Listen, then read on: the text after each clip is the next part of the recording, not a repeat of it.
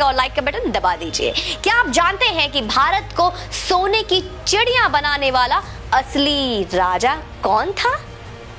Any guess? कौन था वो राजा जिसके राजगद्दी पर बैठने के बाद उनके श्रीमुख से देववाणी ही निकलती थी और देववाणी से न्याय होता था? कौन था वो राजा? अभी तक कुछ याद आया, कुछ पता है, नाम सुना है, या अकबर बिरबल की खिचड़ी में ही रह गए? जिसके राज्य में अधर्म का संपूर्ण नाश हो गया था, कौन था वो राजा? महाराज विक्रमादित्य। बड़े ही दुख की बात है कि महाराज विक्रमादित्य के बारे में देश के लगभग शून्य बराबर ज्ञान है। नहीं पता ना? जिन्होंने भारत को सोने की चिड़िया बनाया था और स्वर्णिम काल लेकर आए थे। दोस्तों, उज्जैन के राजा थे गंधर्व सेन, जिनके 3 संतानें थी। नाम नहीं पता होगा। सबसे बड़ी लड़की थी मैनावती, उससे छोटा लड़का था जिसका नाम था भृतहरि, और सबसे छोटा वीर विक्रमादित्य। नहीं पता होगा। विक्रम की माता का नाम क्या था? सौम्य दर्शन, जिन्हें वीरमती और मदन रेखा भी कहते थे। बहन मैनावती की शादी थारा नगरी के राजा पदम सेन के साथ कर दी, जिनके एक लड़का हुआ जिनका नाम था गोपी चंद। आगे चलकर गोपी चंद ने श्री ज्वालेंद्र नाथ जी से योग दीक्षा ले ली और तपस्या करने जंगलों में चले गए। फिर मैनावती ने भी श्री गुरु गोरक्षनाथ जी से योग दीक्षा ली थी। अब कुछ सिमिलर आ रहा होगा। आइए, इतनी जल्दीबाजी क्या है, ध्यान से सुनते जाइए। शेयर का बटन दबा दीजिएगा। दोस्तों, विक्रमादित्य उज्जैन के राजा थे जो अपने ज्ञान, वीरता और उदारशीलता के लिए प्रसिद्ध थे। उन्होंने पूरे एशिया पर अपना शासन व्यवस्थित किया था। अरब पर इनके शासन का प्रमाण सायर उल ओकुल ग्रंथ के पृष्ठ संख्या 315 से मिलता है। आप उस ग्रंथ के पन्नों को पलटिए। इस ग्रंथ की रचना अरबी कवि जरहाम कितनोई ने की है। यह ग्रंथ वर्तमान में इस्तांबुल शहर के प्रसिद्ध पुस्तकालय मकतबे सुल्तानिया में स्थित है।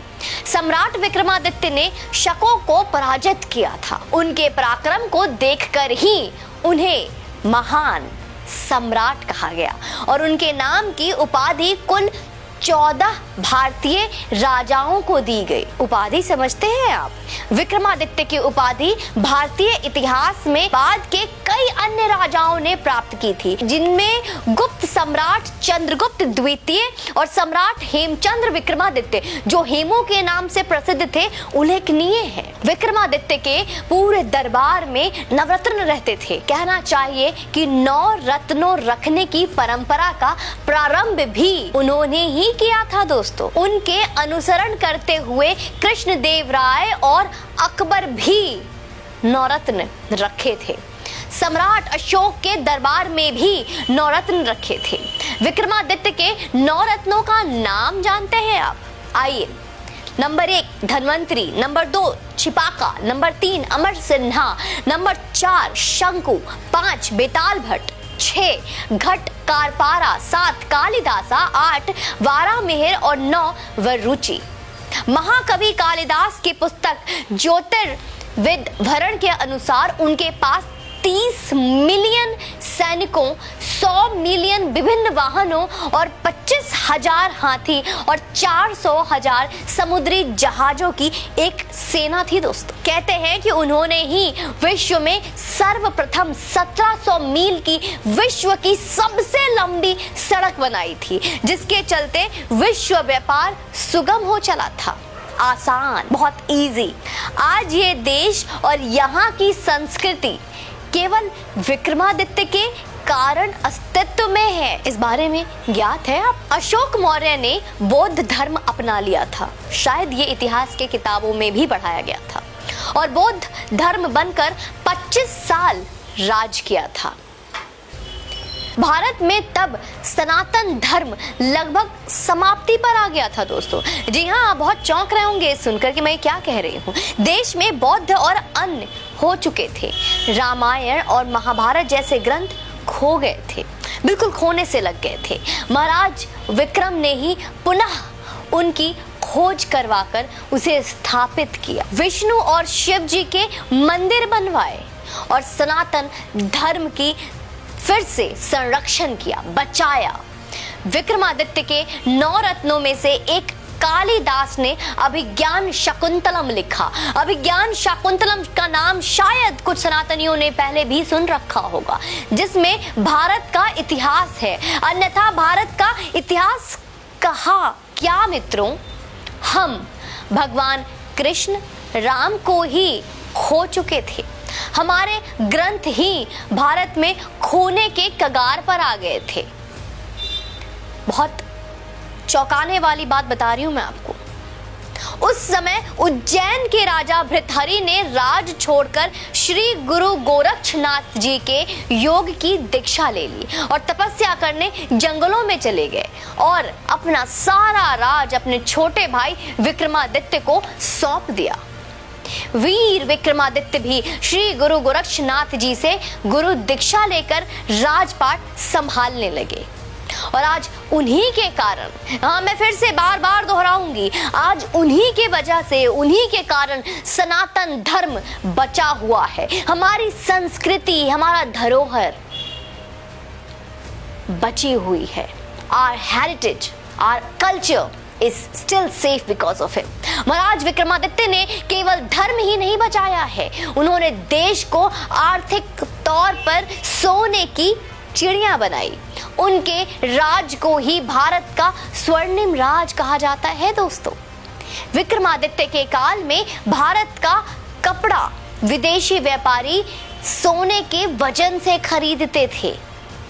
एक वो वक्त था, भारत में इतना सोना आ गया था, इतना अधिक सोना था कि वो सोना नहीं, गोल्ड। सब लोग सो जाओ, गोल्ड। विक्रमादित्य काल में सोने के सिक्के चलते थे। आप गूगल इमेज कर विक्रमादित्य के सोने के सिक्के देख सकते हैं कि किस तरह के सोने के सिक्के उस वक्त होते थे, किस तरह के सोने के सिक्के पाए जाते थे उनके काल में।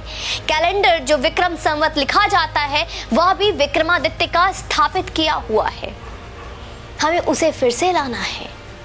आज जो भी ज्योतिष गणना है, जैसे हिंदी संवत, वार, तिथियां, राशि, नक्षत्र, गोचर आदि, उन्हीं की रचना है। वे बहुत ही पराक्रमी, बलशाली और इतना ही नहीं, बहुत ही बुद्धिमान राजा थे। कई बार तो देवता भी उनसे न्याय करवाने आते थे। आप इस बात से अंदाजा लगा सकते हैं। विक्रमादित्य के काल में हर नियम धर्म शास्त्र के हिसाब से बने होते थे। न्याय, राज सब धर्म शास्त्र के नियमों पर चलता था। आप इससे उनका छवि अपने मस्तिष्क में खुद निर्माण कर सकते हैं। विक्रमादित्य का काल प्रभु श्री राम के राज के बाद सर्वश्रेष्ठ माना गया है, जहां प्रजा धनी थे, जहां प्रजा खुश थे और धर्म पर चलने वाले थे।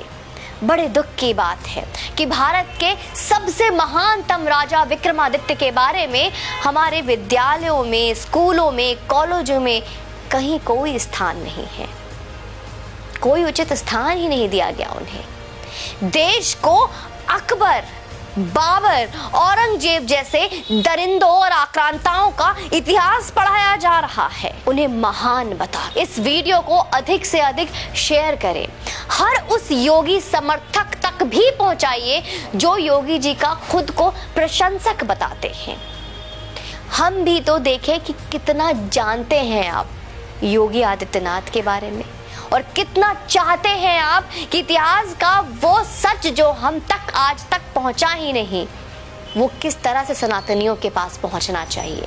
उसकी कोशिश, उसका प्रयास अब आपको करना पड़ेगा। मैं, हमारी पूरी टीम कोशिश करती है ऐसे कई सच को उजागर करने की जिनके बारे में आपने ना पढ़ा ना आपको बताया गया, जिन्हें हमेशा गुप्त और अंधेरे में गुम करने का प्रयास किया गया। आपसे निवेदन करूंगी कि आप इस वीडियो को शेयर अवश्य करें, लोगों तक अवश्य इस वीडियो को पहुंचाएं और अपनी क्षमता, अपने योग्य के अनुसार अपने प्रसन्नता के अनुसार जितना भी आप समर्थन हमें करेंगे, हमारी टीम की मनोबल और दोगुनी होगी और अच्छा काम करेंगे। आप चैनल पे यूं ही बने रहें और अपना समर्थन देते रहें।